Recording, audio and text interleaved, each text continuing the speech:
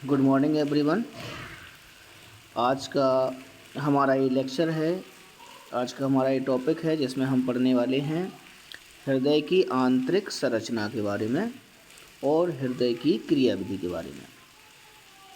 चलिए तो स्टार्ट करते हैं। सबसे पहले जैसा कि हम लोग जानते हैं कि मानव का जो हृदय होता है, मानव के हृदय में जो है 4 कोष्ठ होते हैं, है ना। मानव के हृदय में कितने कोष्ठ होते हैं? मानव के हृदय में जो है 4 कोष्ठ होते हैं, है ना। ऊपर के जो 2 कोष्ठ होते हैं उनको हम लोग क्या कहते हैं? उनको हम लोग कहते हैं अलिंद, है ना।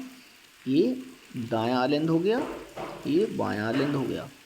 इसी प्रकार से ये दायां निलय हो गया और ये बायां निलय हो गया। तो हमने क्या देखा कि मानव के हृदय में 4 कोष्ठ होते हैं। ये एक और एक, ये दो हो जाते हैं 2 अलिंद ऊपर के, नीचे के 2 हो जाते हैं ये निलय। क्लियर है? मानव के हृदय में 2 अलिंद और 2 निलय होते हैं, अर्थात मानव के हृदय में कितने कोष्ठ होते हैं? 4 कोष्ठ होते हैं। आगे बढ़ेंगे। मानव का जो हृदय होता है, हम लोग जानते हैं कि मानव का जो हृदय है वो उसकी वक्ष गुहा में स्थित होता है। हल्का बाईं ओर होता है ना। हल्का कहाँ होता है? बाईं ओर। तो इसमें हमें दिखाया गया है कि हृदय जो है उसमें 4 कोष्ठ हैं। एक हमारा जो है, ध्यान से देखेंगे, ये हमारा जो है अलिंद है ना। एक ये, इसको हमने क्या बोला है? Right atrium. क्लियर है? ये हमारा राइट एट्रियम है, मतलब ये हमारा क्या है? ये हमारा अलिंद है। और कौन सा अलिंद है ये हमारा कौन सा अलिंद है? दायां अलिंद। ठीक, ये दायां अलिंद है। समझ में आ गया? ये जो मैंने कलर से भरा है ये पूरा हमारा दायां अलिंद है। ठीक है, ये दायां अलिंद है। और यहाँ हम आ जाएंगे तो ये हमारा जो है वो बायां अलिंद है। इस तरह से ये हमारा बायां अलिंद है। जितना मैं भर रहा हूँ कलर से उतना ये हमारा बायां अलिंद है। ठीक है, ये लिखा है यहाँ पर लेफ्ट एट्रियम। तो हमने अभी आपको क्या बताया था कि मानव के हृदय में कितने कोष्ठ हैं? 4। ऊपर की ओर 2 क्या हैं? अलिंद। ये दायां अलिंद, ये बायां अलिंद। ठीक इसी प्रकार से नीचे की तरफ इसमें भी 2 निलय हैं। ये जो निलय है, देखें यहाँ से यहाँ तक मैं भर रहा हूँ, ये हमारा पूरा ये वाला भाग। ठीक, ये आपका दायां निलय है, यहाँ से यहाँ तक ये पूरा। और ये वाला जो है इसी प्रकार से ये हमारा बायां निलय हो गया। ये हमारा बायां निलय हो गया। क्लियर है? तो आप समझ गए कि मानव के हृदय में कितने कोष्ठ होते हैं? 4। ऊपर की ओर क्या होते हैं? 2 अलिंद। नीचे की ओर क्या होते हैं? 2 निलय। तो ये नीचे वाले जो हो गए उनका क्या नाम है? नीचे वाले जो हो गए वो हैं निलय। ठीक, ऊपर वाले जो हैं वो क्या हैं? ये क्या है? हमारे अलिंद। ठीक, अलिंद और निलय। इस तरह से आगे बढ़ते हैं, समझते हैं आगे। और मानव का जो हृदय है इसमें हमने देखा कि 4 कोष्ठ हैं। और ये जो 4 कोष्ठ हैं इसमें क्या होता है? सबसे पहले ये ऊपर की तरफ जो है यहाँ लिखा हुआ है सुपीरियर वेना केवा। ये सुपीरियर वेना केवा है ना। ये सुपीरियर वेना केवा है, आप देख सकते हैं। ये सुपीरियर वेना केवा है, ये है सुपीरियर वेना केवा। ठीक, और यहाँ से ये ब्लड आता है, ये आया, इसके थ्रू ये आया। ठीक, यहाँ से ये पहुँचा कहाँ? ये पहुँचा यहाँ से आपका राइट एट्रियम, माने दाएं अलिंद में। ये आपका दायां अलिंद, ये आकर के भर गया। ये आपका रुधिर आकर के भर गया सारे शरीर से। ठीक इसी समय इन्फीरियर वेना केवा, इन्फीरियर जो मतलब नीचे को है, इन्फीरियर वेना केवा ये है ना। ये इन्फीरियर वेना केवा है, ये आपकी क्या है? Inferior vena cava. ठीक है, ये आपकी थी अग्र महाशिरा। इससे सारे शरीर से बिना ऑक्सीजन का अनऑक्सीकृत रुधिर आकर के सुपीरियर वेना केवा माने अग्र महाशिरा, अग्र महाशिरा इसको कहते हैं। इसके द्वारा पूरे शरीर से अनऑक्सीकृत रुधिर आके इसमें भरता है हमारे दाहिने अलिंद में, राइट एट्रियम में। इसी और इसी प्रकार से इन्फीरियर वेना केवा माने पश्च महाशिरा। पश्च महाशिरा ये देखो बेटा, लोअर फ्रॉम लोअर बॉडी, हमारे शरीर के निचले हिस्से से ये यहाँ से आकर के, है ना, ये क्या है, ये आपका इन्फीरियर वेना केवा है, पश्च महाशिरा है। ये क्या है, पश्च महाशिरा, है ना, महाशिरा, पश्च महाशिरा। इन दोनों से बेटा, यहाँ से और यहाँ से, इन दोनों से अशुद्ध रुधिर आकर के हमारे भर जाता है। सबसे पहले कहाँ, सबसे पहले भर जाता है हमारे दाहिने अलिंद में, यहाँ भर जाता है। ये मान लीजिए अब भर गया, ये भर गया अनऑक्सीकृत रुधिर।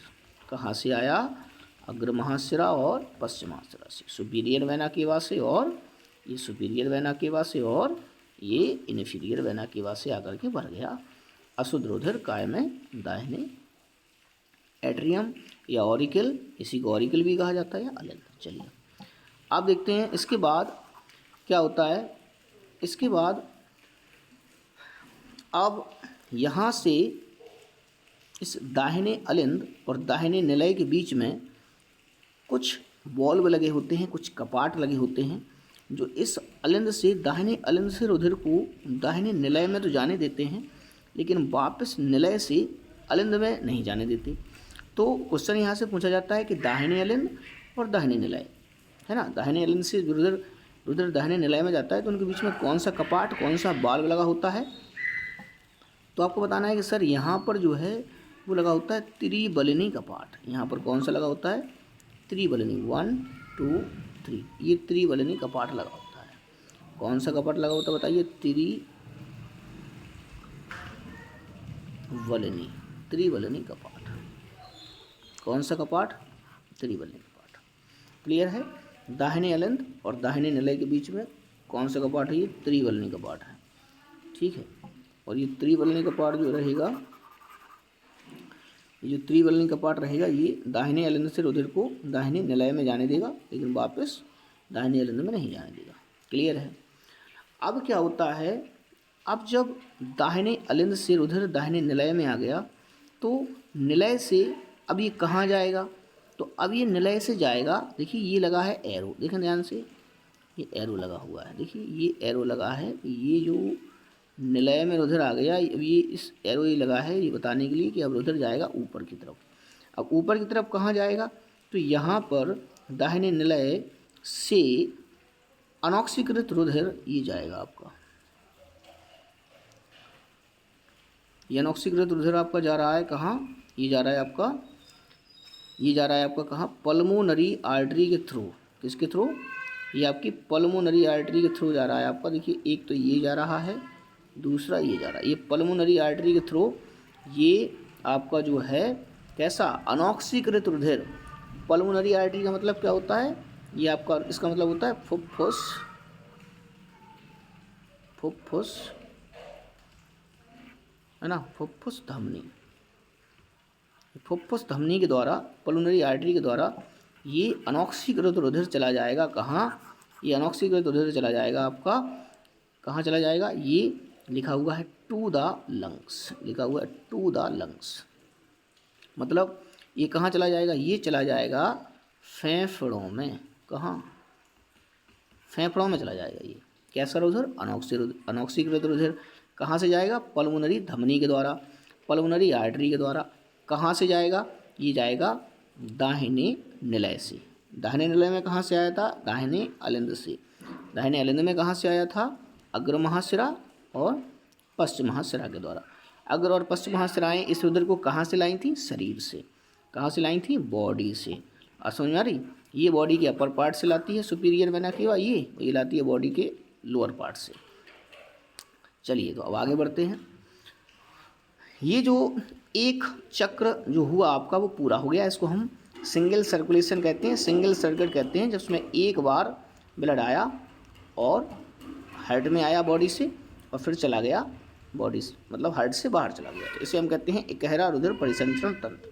लेकिन अब क्या देखते हैं हम कि जब ये अनऑक्सीकृत रुधिर जब हमारा लंग्स में पहुंच जाता है, फेफड़ों में पहुंच जाता है, तो हम लोग जानते हैं कि जो फेफड़े होते हैं, हम लोग जानते हैं कि फेफड़े जो होते हैं, है ना, जो फेफड़े होते हैं, तो तो फेफड़ों में हम लोग जानते हैं कि ऑक्सीजन पहुंचती है सांस लेते जब हम लोग, है ना। ये मान लीजिए फेफड़े हैं हमारे, क्या है ये फेफड़े हैं।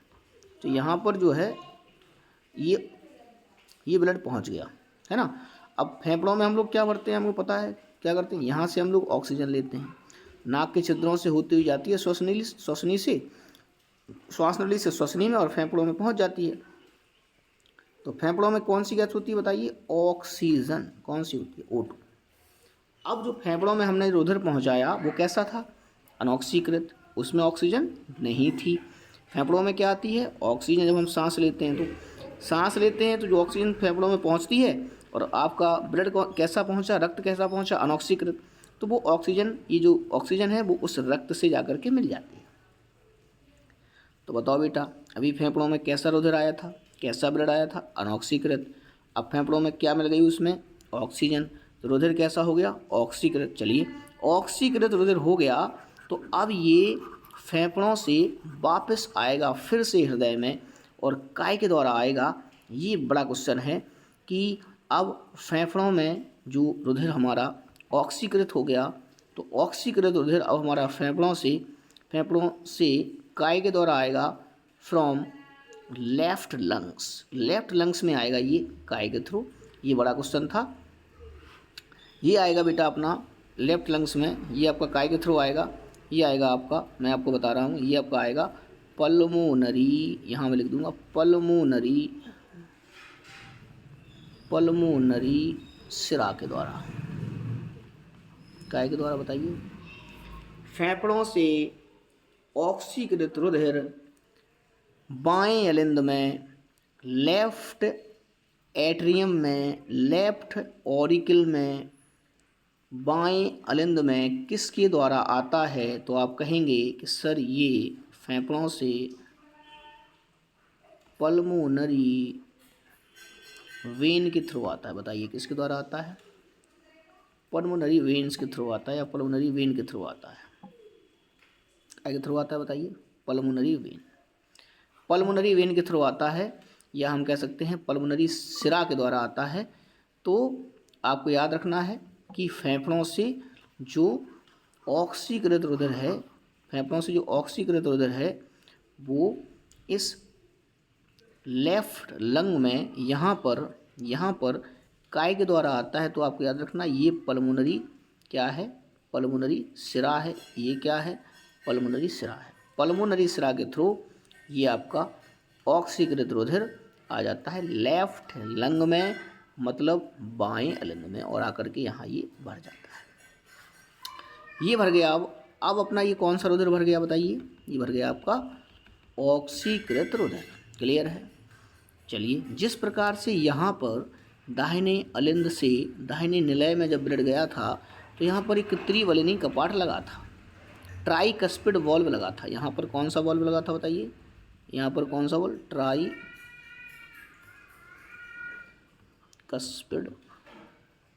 वॉल्व, त्रिवलिनी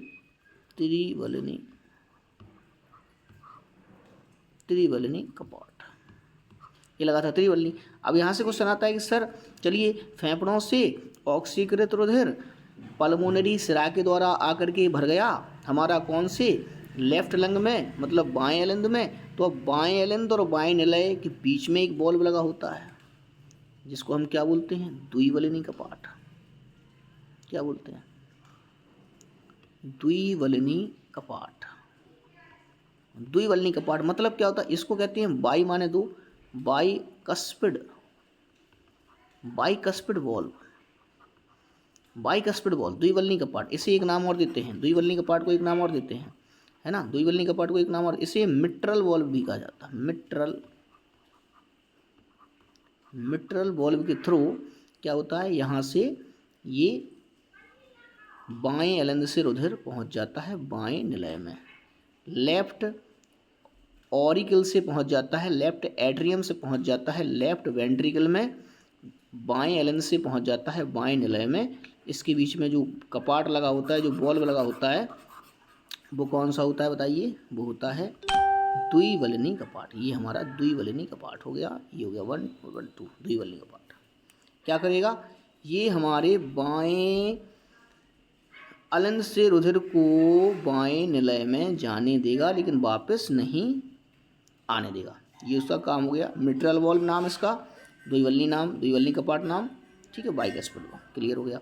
चलिए, तो अब हमारा जो ब्लड है वो पहुंच गया है, ऑक्सीकृत ब्लड हमारा पहुंच गया है बाएं निलय में। बायां निलय हमारा भर चुका है काय से, रक्त से, जो आया है कहाँ से, बाएं निलय से। किसको खोल के आया?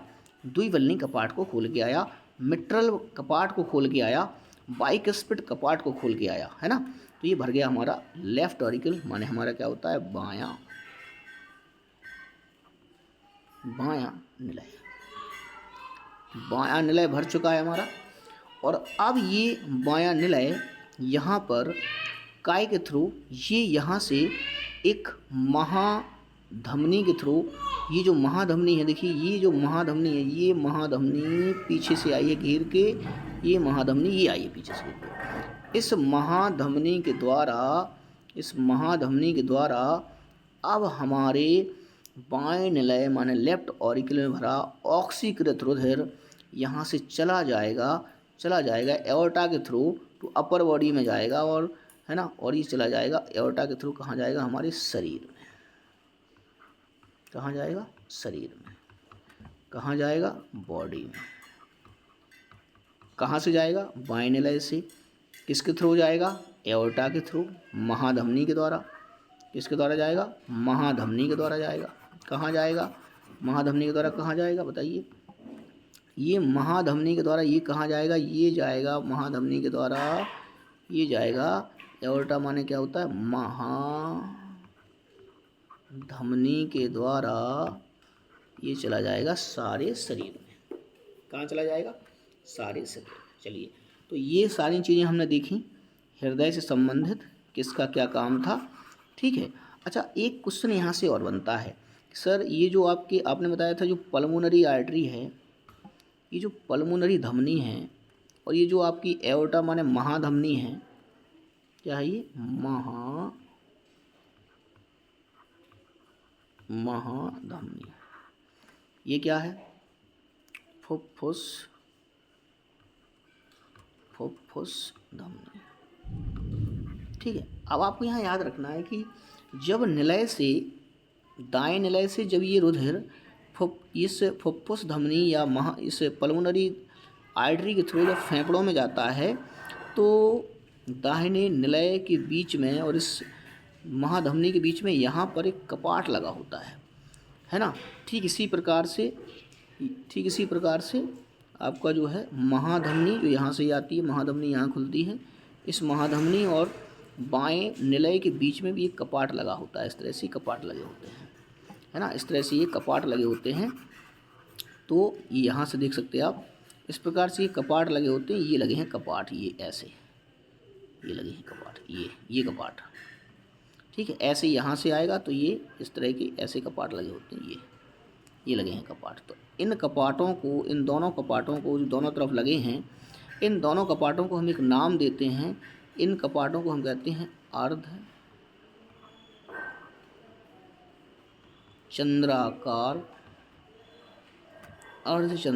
कपाट। क्या कहते हैं बताइए? इन कपाटों को क्या कहते हैं? इन कपाटों को अर्धचंद्राकार कपाट, जो कहाँ कहाँ लगे होते, जो महाधमनी और पल्मोनरी धमनी के बीच में लगे होते हैं, जो निलय से रक्त को इसमें आने तो देते हैं लेकिन जाने नहीं देते। यहाँ से वो रक्त को इसमें महाधमनी में जाने तो देंगे, लेकिन सोचे वापस आ जाए निलय में, फिर से नहीं आने देंगे। ऐसे इसमें महाधमनी ये जो यहाँ खुलेगी, ठीक है, ये यहाँ पर खुलेगी, तो ये सोचें कि जाने तो देंगे, है ना, ये अर्धचंद्राकार कपाट जाने तो देंगे ब्लड को ऐसे, लेकिन ये सोचें वापस आ जाए तो वापस नहीं आने देंगे, है ना। तो ये अर्धचंद्राकार कपाट जो होते हैं, इनको हम क्या कहते हैं? इनको हम अर्धचंद्राकार कपाट को हम एक नाम और देते हैं इंग्लिश में, इनको हम बोलते हैं सेमी ल्यूनर बॉल, ठीक है। हिंदी में क्या कहते हैं? अर्ध चंद्राकार कपाट। क्या काम?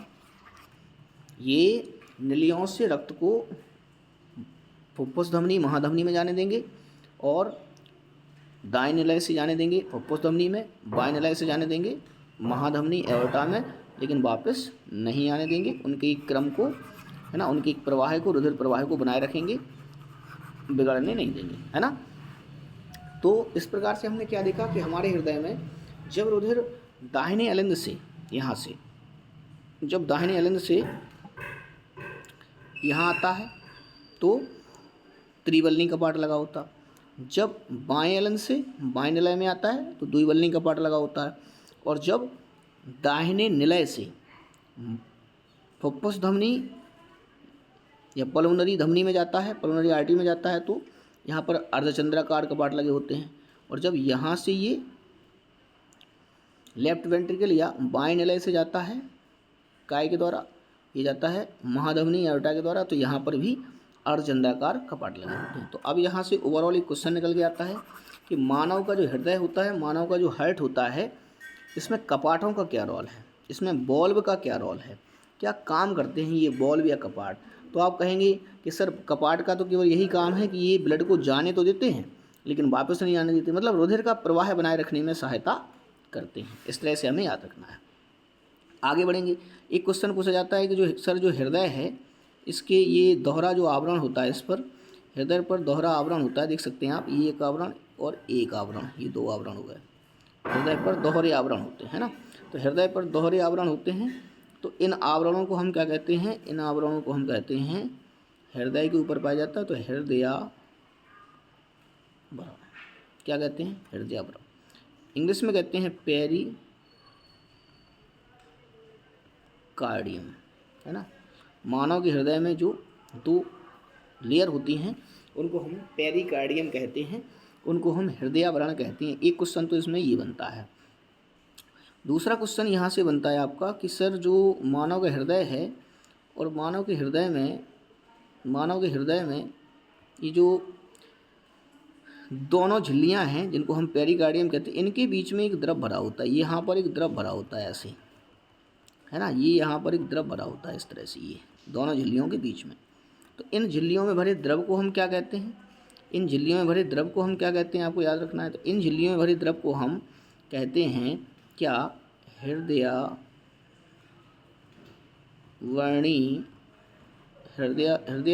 तरल, क्या कहते हैं बताइए, हृदयावर्णी तरल। इसको हम इंग्लिश में क्या कहते हैं, इंग्लिश में हम कहते हैं पेरिकार्डियल फ्लूइड, क्या कहते हैं, पेरिकार्डियल फ्लूइड, हृदयावर्णी तरल। ठीक है, तो हृदयावर्णी तरल क्या करता है, हृदयावर्णी तरल का काम पूछा जाता है कि सर हृदयावर्णी तरल का काम क्या है ना, हृदयावर्णी तरल का काम क्या है। तो इसमें पूछा जाता है कि सर हृदयावर्णी तरल का काम क्या होगा।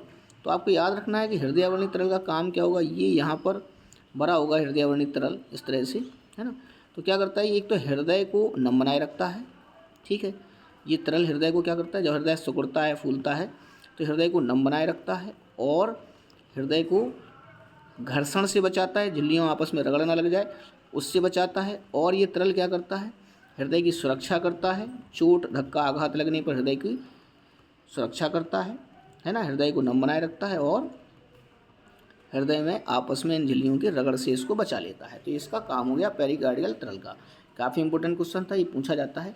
चलिए, तो अब हम लोग देखेंगे क्या कि एकदम एक फास्ट रिवीजन के तौर पर हम देखेंगे कि एक्चुअली में हृदय की क्रियाविधि अब किस तरह से होगी। चलिए देखते हैं। तो हृदय की क्रियाविधि को समझने से पहले हम देखेंगे,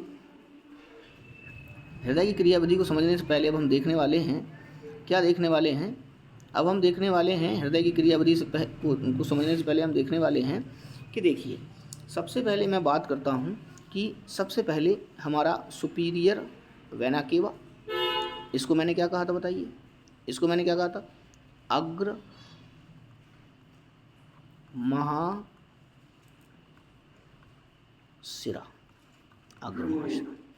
अग्र महाशिरा से सारे शरीर से अनऑक्सीकृत रुधिर आगे बढ़ जाएगा काय में, इसमें। ये क्या है हमारा, क्या है ये, दाहिना अलिंद। क्लियर है। ठीक इसी समय पश्च महाशिरा से, कहाँ से, पश्च महाशिरा से, कहाँ से, पश्च महाशिरा से पश्च महाशिरा से, है ना, पश्च महाशिरा से हमारा ये कैसा, पश्च महाशिरा से हमारा कैसा, ये पश्च महाशिरा से हमारा अनऑक्सीकृत रुधिर आके फिर से भर जाएगा काय में, इसी में।